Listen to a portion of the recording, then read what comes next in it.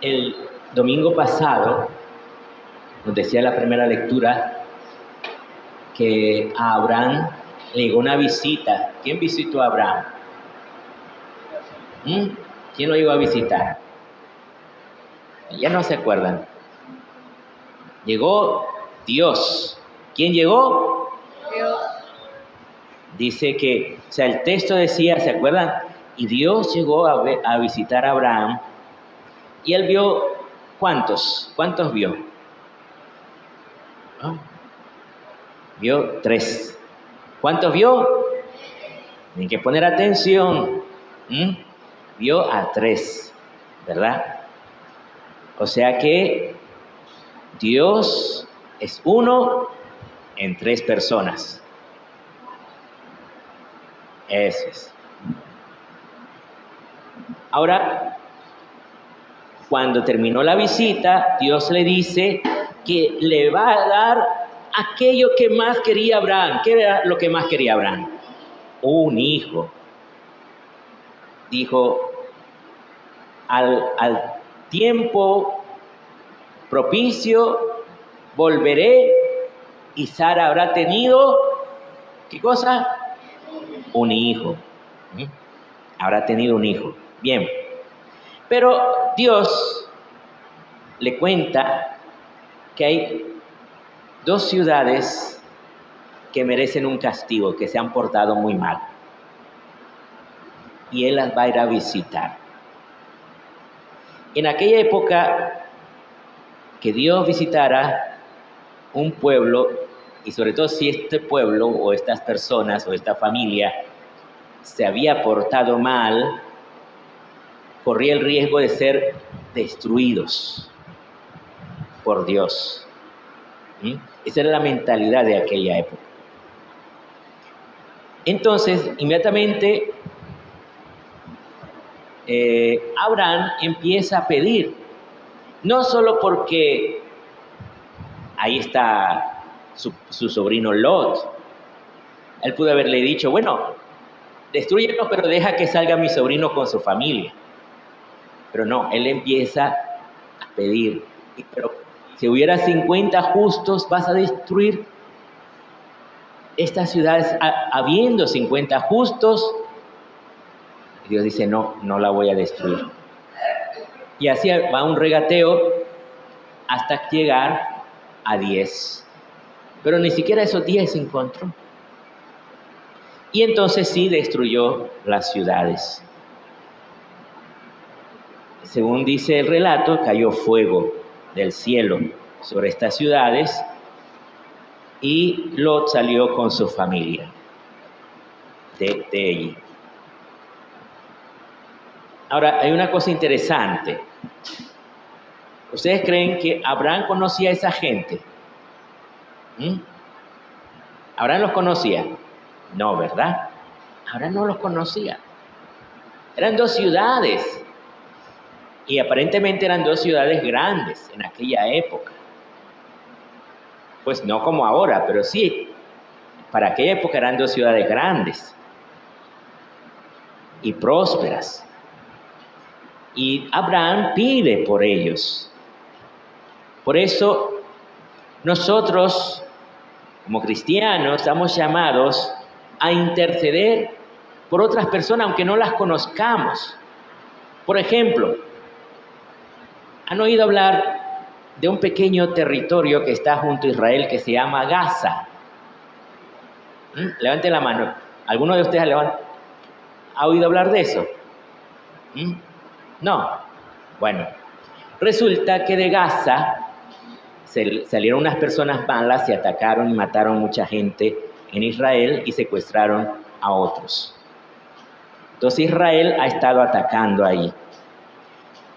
Pero lo más grave ha sido recientemente que hay una parroquia católica en Gaza.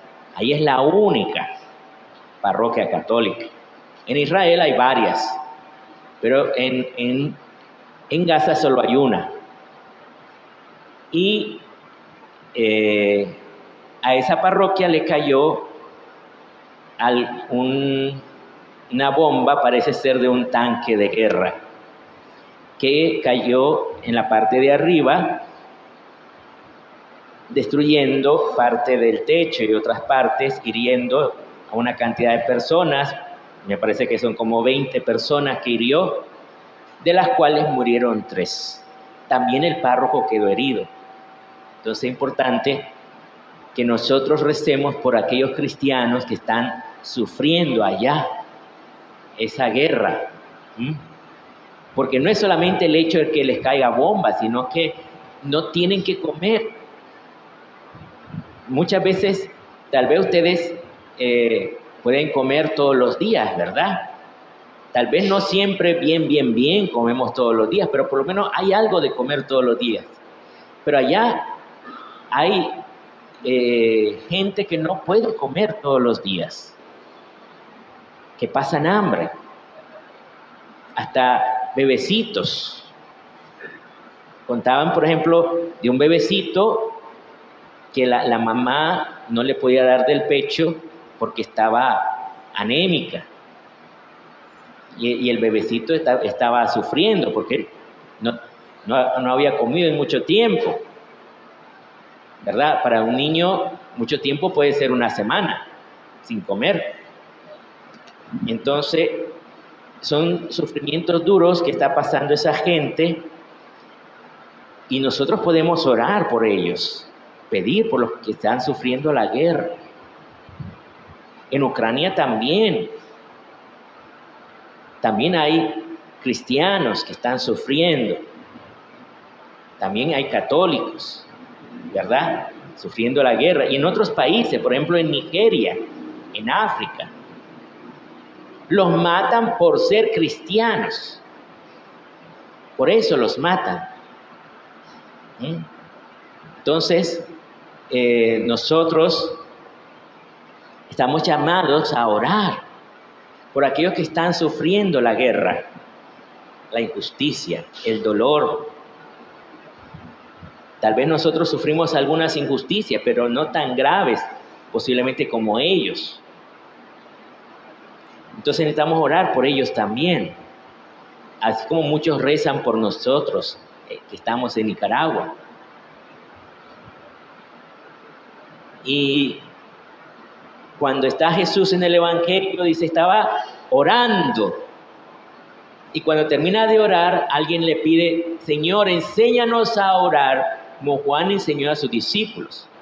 Recuerden que el pueblo de Israel, sobre todo en aquella época, era un pueblo orante.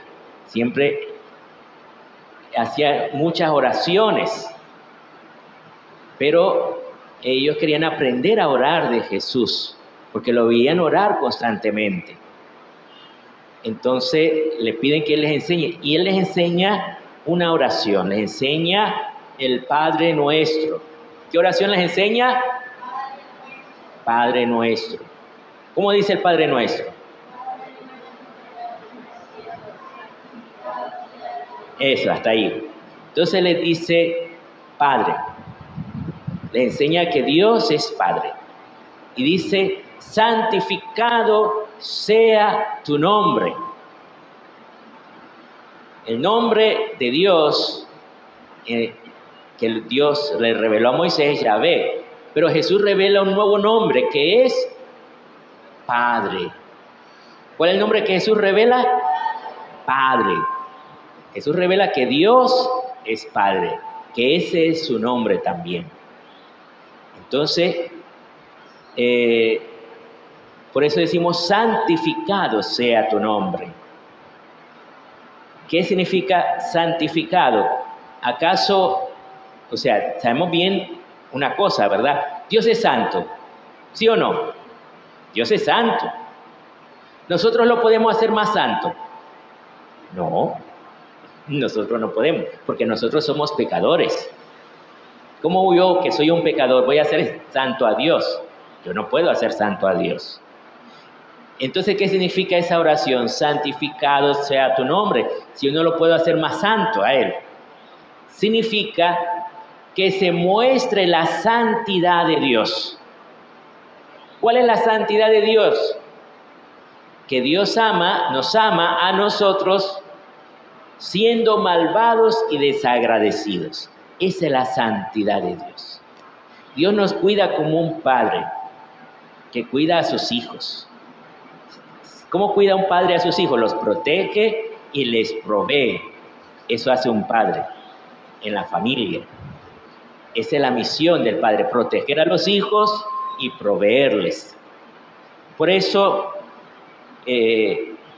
decir que santificado sea el nombre de Dios significa que en nuestra vida se muestre que somos hijos de Dios, que vivamos como hijos de Dios. O sea, que podamos hacer lo que hizo el Hijo de Dios, que dio su vida por nosotros en la cruz. Dice, venga a nosotros tu reino. No es pedir un gobierno como un gobierno del mundo. Porque los gobiernos, dice Jesús, tiranizan a los pueblos. Lo dice todos los gobiernos, no de un gobierno específico. Los gobiernos tiranizan a los pueblos. Entonces, ¿cuál es este reino de Dios? Es un reino distinto. Significa que Dios reine en nuestra vida. Que Dios reine significa que voy a tener prioridades. ¿Saben ustedes qué significa prioridad? Prioridad es ver qué es lo más importante. ¿Qué es lo más importante para nosotros? Primero, poder respirar, ¿sí o no? Si no puedo respirar, me muero. Eso es lo más importante para mi cuerpo. Después, comer, beber, tener una casa, tener una familia. Pero hay una prioridad por encima de todo eso. ¿Cuál es la prioridad? Tener a Dios al primero en mi vida. Tener a Dios al primero en mi vida. Por eso voy a rezar todos los días, para tener a Dios al primero en mi vida. Y segundo, voy a ir a misa cada domingo, para tener a Dios al primero en mi vida. Eso se llama priorizar, tener un orden en la vida, saber qué es lo primero. Lo primero es Dios. No hay otra cosa antes de Dios. Eso significa el reinado de Dios. Poner a Dios al primero en mi vida. Dice también,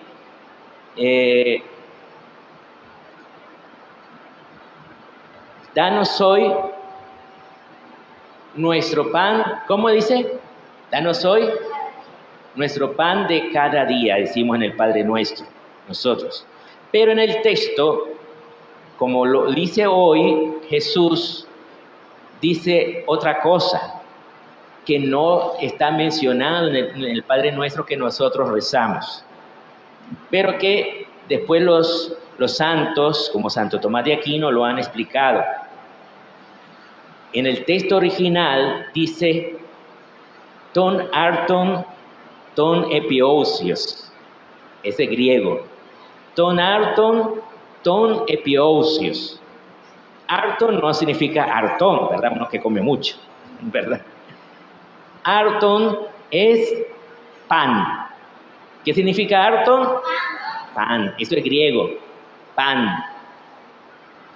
Y epiousios es, epi es por encima, epi, por encima. Como el episcopo, el obispo, está por encima cuidándonos, vigilando el rebaño para cuidarnos.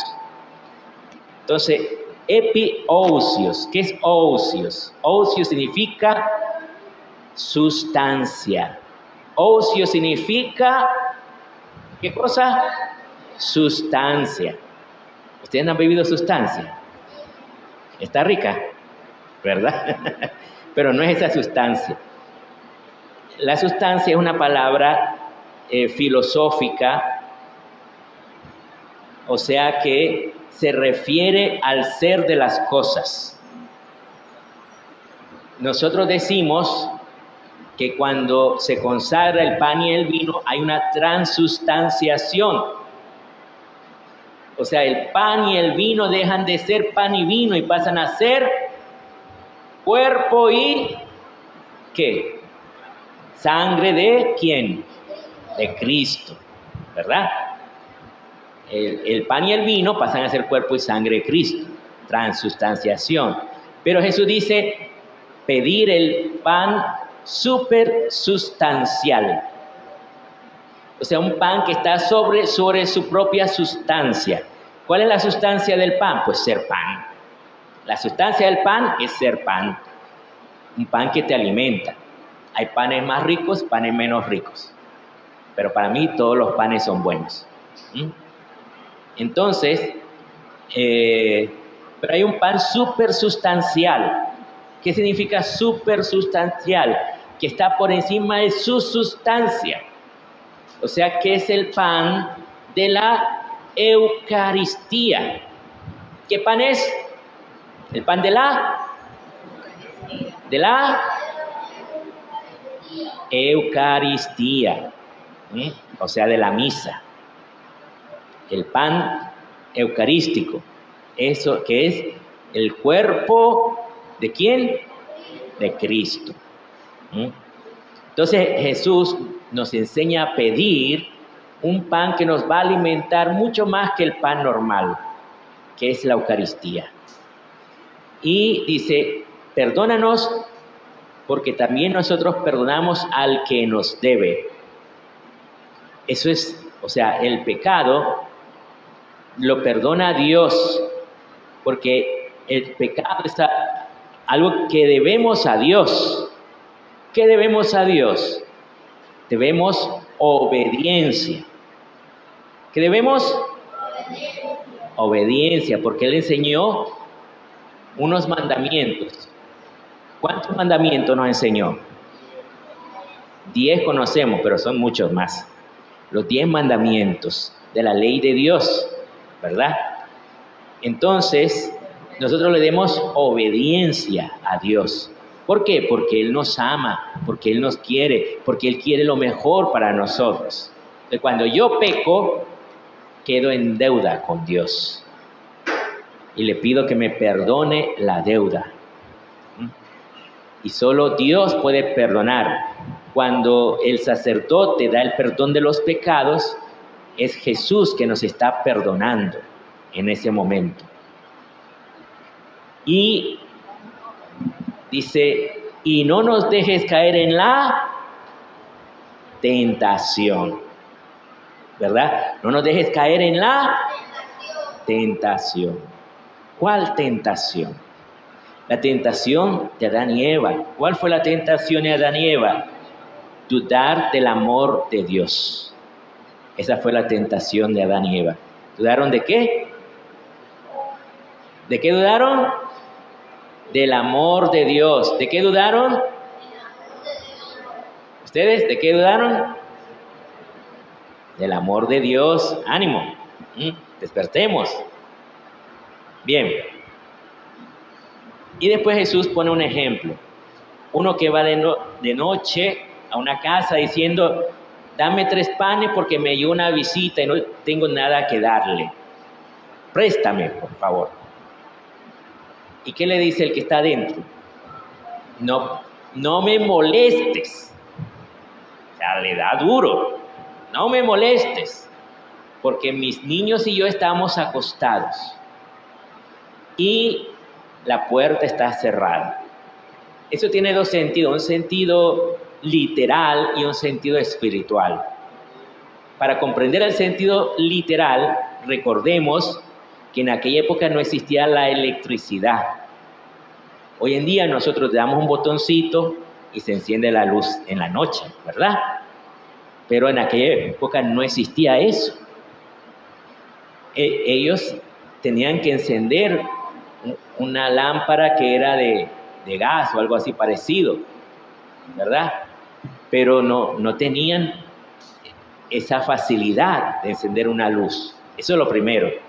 Lo segundo es que normalmente en la habitación de los padres estaban los niños chiquitos, los más pequeños, y vos pones a un niño, o sea, no tenían camas, sino que lo ponían en una alfombra en el piso.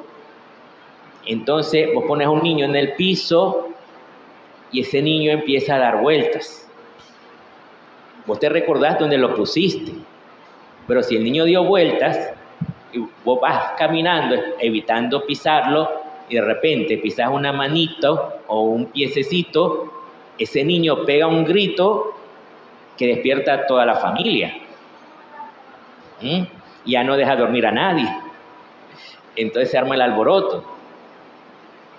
Por eso era complicado bajar, porque generalmente estaban en el segundo piso de la casa. Tenía que bajar al primer piso y además abrir la puerta, que no era con cerradura esa puerta. Generalmente, sobre todo la gente pobre o que no eran muy ricos, lo que ponían era un gran palo detrás de la puerta para que no se abriera, como en las fincas, ¿verdad? Y entonces él tenía que hacer un gran esfuerzo para quitar ese palo y abrir la puerta. Entonces era complicadísimo todo eso. Pero hay un sentido también espiritual. Y es que a veces nos parece como que Dios no nos escucha. Como que Dios solo tiene sus amiguitos, que son sus niños, que los cuida a ellos y a mí ni caso me hace. Y no es cierto. Solo que Dios quiere que insistamos en la oración, que perseveremos en la oración. Nos llama a perseverar. Incluso, si es posible, levantarnos a medianoche para orar, para pedir por estas intenciones que nosotros sabemos que mucha gente está sufriendo. O sea que nosotros estamos llamados a orar siempre. Para nosotros la oración no es opcional. Necesitamos orar todos los días. No es cuando yo tenga ganas de rezar. Todos los días necesito rezar porque yo necesito la oración y otros necesitan que yo rece por ellos. Vamos pues ahora a continuar nuestra celebración alabando y bendiciendo a Dios.